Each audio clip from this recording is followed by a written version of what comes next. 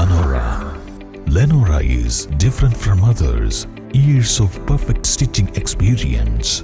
Lenora linen, cotton cloth and stitching.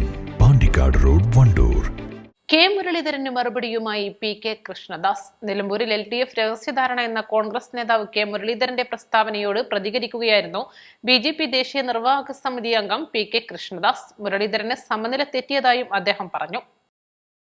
Pakistan ഭീകരരുമായാണ് മുരളീധരനും UDF-നും കൂട്ടെന്നും BJP നേതാവ് P K Krishnadas പറഞ്ഞു. ഇതിന് കേരളം കനത്ത വില നൽകേണ്ടിവരുമെന്നും ഗാന്ധിയെ കൊന്ന ഹിന്ദു മഹാസഭയുമായിട്ടാണ് മാർക്സിസ്റ്റ് പാർട്ടിക്ക് കൂട്ടെന്നും അദ്ദേഹം പരിഹസിച്ചു. ഞങ്ങൾ കേരളത്തിൽ ഉണ്ടാകാൻ പോകുന്ന ഒരു രാഷ്ട്രീയ മാറ്റമുണ്ട്.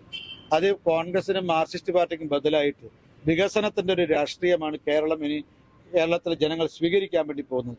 ആ BJP ഉയർത്തിപ്പിടിക്കുന്ന വികസിത കേരളം, വികസിത നിലമ്പൂർ, വികസനത്തിന്റെ രാഷ്ട്രീയം അത് നിലമ്പൂരിലെ ജനങ്ങൾ നെഞ്ചോട് ചേർത്ത് വെക്കും.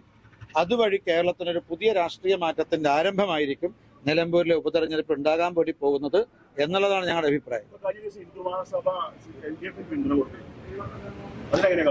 അല്ല, എനിക്കറിയില്ല, അത് മാർക്സിസ്റ്റ് പാർട്ടിയാണ് പറയേണ്ടത്.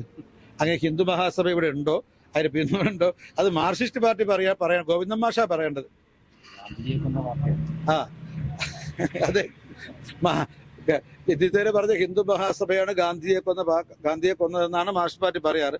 അവരുമായിട്ടാണ് സഖ്യം ഞങ്ങൾ മനസ്സിലാക്കുന്നത്. അപ്പൊ ഇപ്പം ഏതായാലും വെളിച്ചത്ത് വന്നിരിക്കുക. പണ്ട് ഈ ആരോപണമുണ്ട്, ഹിന്ദു മഹാസഭയുടെ നേതാവുമായിട്ട് മാർക്സിസ്റ്റ് പാർട്ടിയുടെ ബംഗാളിലെ നേതാവ് നമ്മുടെ സോമനാഥ് ചാറ്റർജിയുടെ പിതാവിന് ബന്ധമുണ്ടെന്നുള്ള ആരോപണമുണ്ട്. അപ്പം പഴയ കാലത്ത് ഈ ഹിന്ദു മഹാസഭയുമായിട്ട് മാർക്സിസ്റ്റ് പാർട്ടി, കമ്മ്യൂണിസ്റ്റ് പാർട്ടിക്ക്